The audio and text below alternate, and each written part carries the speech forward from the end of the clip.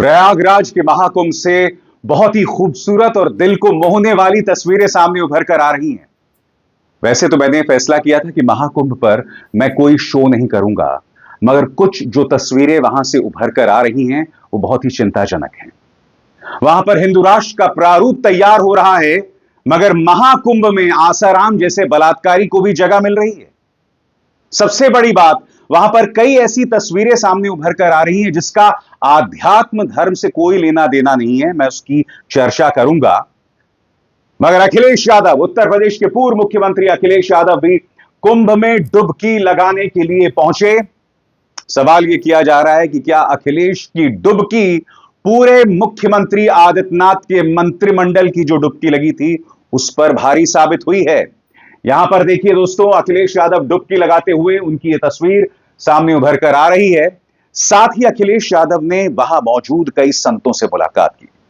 यहां पर स्वामी अविमुक्तेश्वरानंद जी के सामने अखिलेश यादव बैठे हुए हैं और जैसे कि आप देख सकते हैं, उन्हें बाकायदा यहां पर सम्मान भी दिया गया। इस तस्वीर में अखिलेश यादव जो हैं, किन्नर अखाड़े की टीना मां के साथ मुलाकात कर रहे हैं। मैं आपको बतलाना चाहूंगा कि अखिलेश यादव अपनी गाड़ी में जा रहे थे और तब अचानक उन्होंने किन्नर अखाड़े की मां टीना को देखा। वो अपनी गाड़ी से नीचे उतरे और फिर उन्होंने उनसे मुलाकात की। ये तस्वीरें सामने उभर कर आ रही हैं। अखिलेश ने डुबकी लगाई। हमें यह नहीं भूलना चाहिए दोस्तों कि ये जो आयोजन है वो महाकुंभ का आयोजन है। 144 साल बाद यह मौका आया है। जब अखिलेश यादव मुख्यमंत्री हुआ करते थे दोस्तों, तो इसी तरह से कुंभ का आयोजन हुआ था। अखिलेश यादव ने डुबकी लगाई और उसके बाद भारतीय जनता पार्टी सरकार को आड़े हाथों लिया। उन्होंने कहा कि यह आयोजन एक धार्मिक आयोजन है, इसे भारतीय जनता पार्टी के नेता मनोरंजन या वाटर स्पोर्ट के लिए इस्तेमाल कतई ना करें, अपनी राजनीति के लिए तो बिल्कुल भी ना करें। सुनिए अखिलेश यादव ने किस तरह से प्रहार किया भारतीय जनता पार्टी पर। इससे पहले कभी कुंभ हुआ ही नहीं। तमाम महंतों ने बीजेपी वालों के लिए तो यही कहना है कि कुंभ में आए तो सहनशीलता के साथ स्नान करें। यहाँ पुण्य के लिए, दान के लिए आते हैं लोग, कोई वाटर स्पोर्ट्स के लिए नहीं आते हैं। अखिलेश यादव ने इस मंच पर आकर सौहार्द की भी अपील की, क्योंकि वो जानते हैं इस आयोजन के जरिए किस तरह के संदेश कुछ लोग देने की कोशिश कर रहे हैं। क्योंकि आप जानते हैं, एक अखाड़े ने पहले ही स्पष्ट कर दिया कि किसी भी मुसलमान को यहां पर दुकान लगाने की इजाजत नहीं है। यहां तक कि यह भी कहा कि आप जिस गाड़ी में आए उस गाड़ी का चालक या ड्राइवर भी मुसलमान नहीं होना चाहिए। अखिलेश ने स्नान करने के बाद सांप्रदायिक सौहार्द की अपील की। सुनते हैं। आप प्रयागराज पहुंचे हैं और आस्था की डुबकी लगाए हैं, क्या कहेंगे, क्या संदेश देंगे? गणतंत्र दिवस के दिन इस शुभ अवसर पर संगम में जो परंपरा है और लगातार व्यक्तिगत आस्था के तहत लोग यहाँ आते हैं, स्नान करते हैं, डुबकी लगाते हैं। मुझे आज 11 डुबकी लगाने का मौका मिला है। संगम पर जो ये महाकुंभ मनाया जा रहा है, 144 वर्षों के बाद मौका मिल रहा है। आज के दिन यही संकल्प लेते हैं कि सौहार्द रहे और भगवान से यही कामना है, सौहार्द रहे, सद्भावना रहे और सहनशीलता के साथ हम लोग आगे बढ़ते रहें। जनता की भलाई के लिए, जनता का कल्याण हो, ऐसा संकल्प, ऐसा हमारा मानना है। अभी अखिलेश ने कहा कि तमाम संस्थाएं जो हैं वो भारतीय जनता पार्टी के हाथ में हैं, इसीलिए किसी को तकलीफ नहीं होनी चाहिए और महाकुंभ में जो पूरा आयोजन है वो भारतीय जनता पार्टी की जवाबदेही, उनकी जिम्मेदारी है। अखिलेश यादव। दिल्ली में सरकारें बीजेपी की हैं, जितनी भी महत्वपूर्ण संस्थाएं फाइनेंशियल हैं वहां भी बीजेपी के लोग बैठे हैं। इस महाकुंभ में जो 144 साल बाद हो रहा है, कोई भी तकलीफ और परेशानी आम लोगों को नहीं होनी चाहिए थी। और अगर वीआईपी मूवमेंट कभी रहा होगा या रहा है या होता रहेगा, उस समय सुविधाएं और उस समय जनता को असुविधा नहीं होनी चाहिए। अखिलेश ने कहा कि चूंकि ये महाकुंभ का आयोजन है, इसीलिए सरकार को यह तय करना पड़ेगा कि जो लोग पहुंच रहे हैं उन्हें ज्यादा से ज्यादा सुविधाएं दी जाएं। पूरा क्षेत्र घूम के आए, किस तरह की व्यवस्थाएं आपको नजर आई? 10,000 करोड़ में जो सुविधाएं होनी चाहिए थी वो नहीं है। सुनने में आया है 10,000 करोड़ रुपए खर्च कर रही है सरकार, और हमने तो ये भी कहा है कि अगर उत्तर प्रदेश सरकार को ये लगे कि अभी फंड्स कम हैं, अभी उन्हें फंड्स की और जरूरत है, तो दिल्ली की सरकार उनकी है, $1 ट्रिलियन इकोनॉमी, वर्ल्ड की 3rd लार्जेस्ट इकोनॉमी बनने जा रही है, तो उन्हें मैं समझता हूँ कोई कमी नहीं होगी पैसे को और खर्च करने के लिए।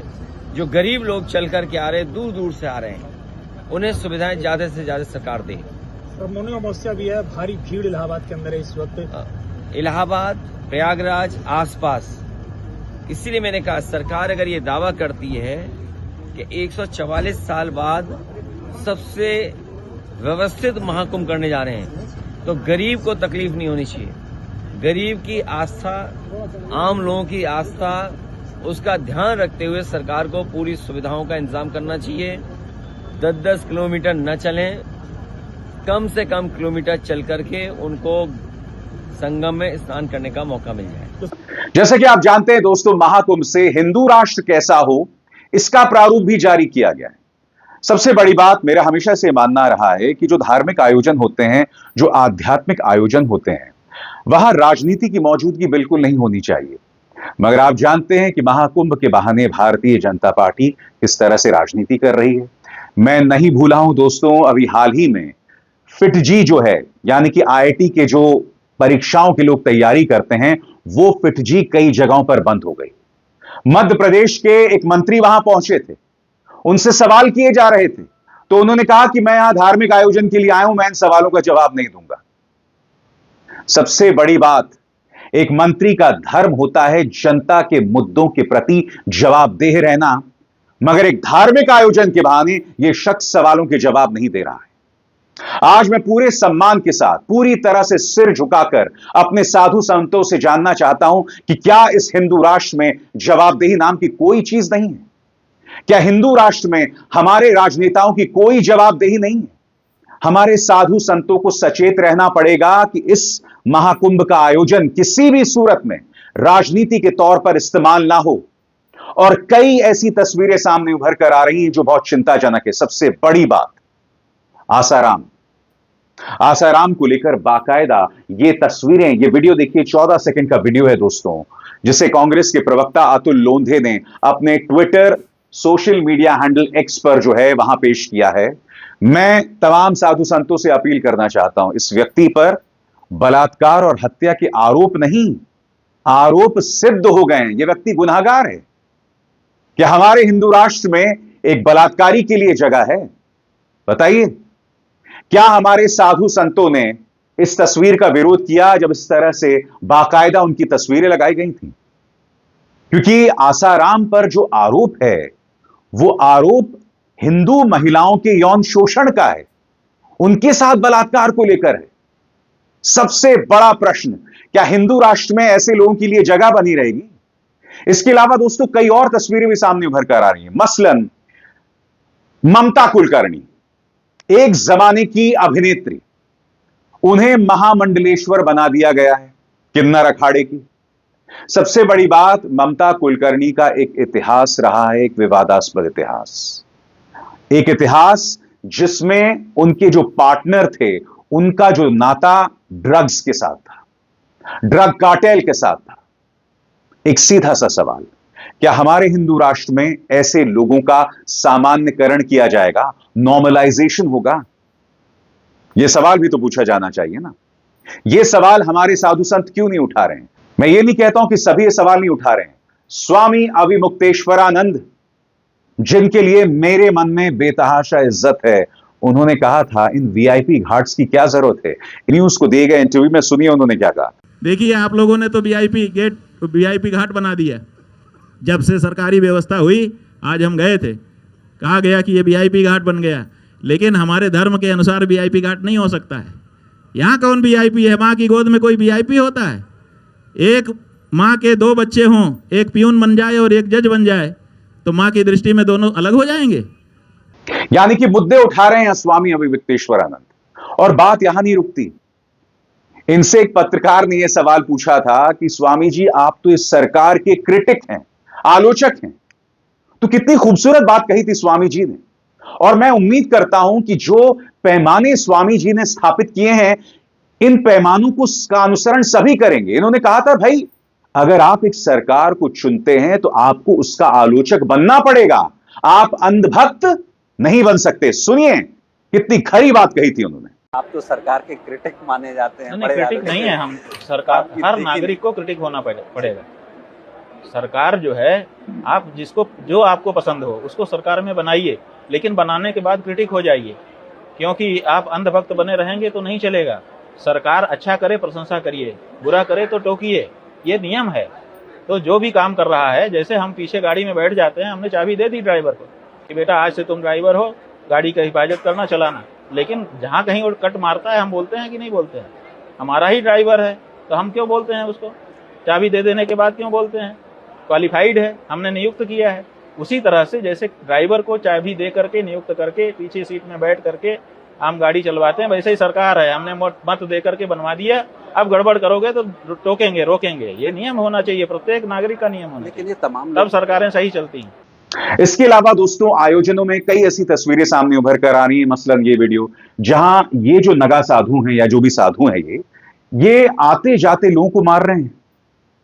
कम से कम ऐसे ढेरों वीडियोस में देख चुका हूं जहां एक साधु इस तरह से लोगों को मार रहा है। मैं जो तमाम हमारे साधु संत हैं वहां बैठे हैं, जो आध्यात्म की सेवा कर रहे हैं, जो हिंदू धर्म की सेवा कर रहे हैं, मैं आपसे पूछना चाहता हूं, क्या आप ऐसी तस्वीरों से इत्तेफाक रखते हैं? जब आसाराम को यहां पर जगह दी गई है, क्या आप ऐसी तस्वीरों से इत्तेफाक रखते हैं? यह सवाल पूछा जाना चाहिए ना, क्योंकि यह आरोप नहीं है, यह आरोप सिद्ध हैं। मैं पूरे सम्मान के साथ हाथ जोड़कर मैं आपसे पूछना चाहता हूं कि क्या इससे हिंदू धर्म का जो रुतबा है वो ऊंचा हो रहा है? यह सवाल होना चाहिए, और हम इन सवालों से नहीं बच सकते हैं। बहुत अच्छी बात है, आप हिंदू राष्ट्र का प्रारूप तैयार कर रहे हैं, मगर इस हिंदू राष्ट्र में सभी के लिए जगह होनी चाहिए।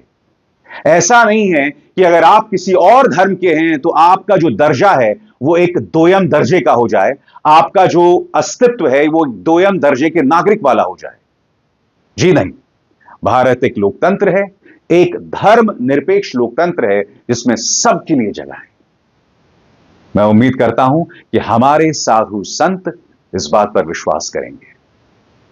अभिसार शर्मा को दीजिए इजाजत।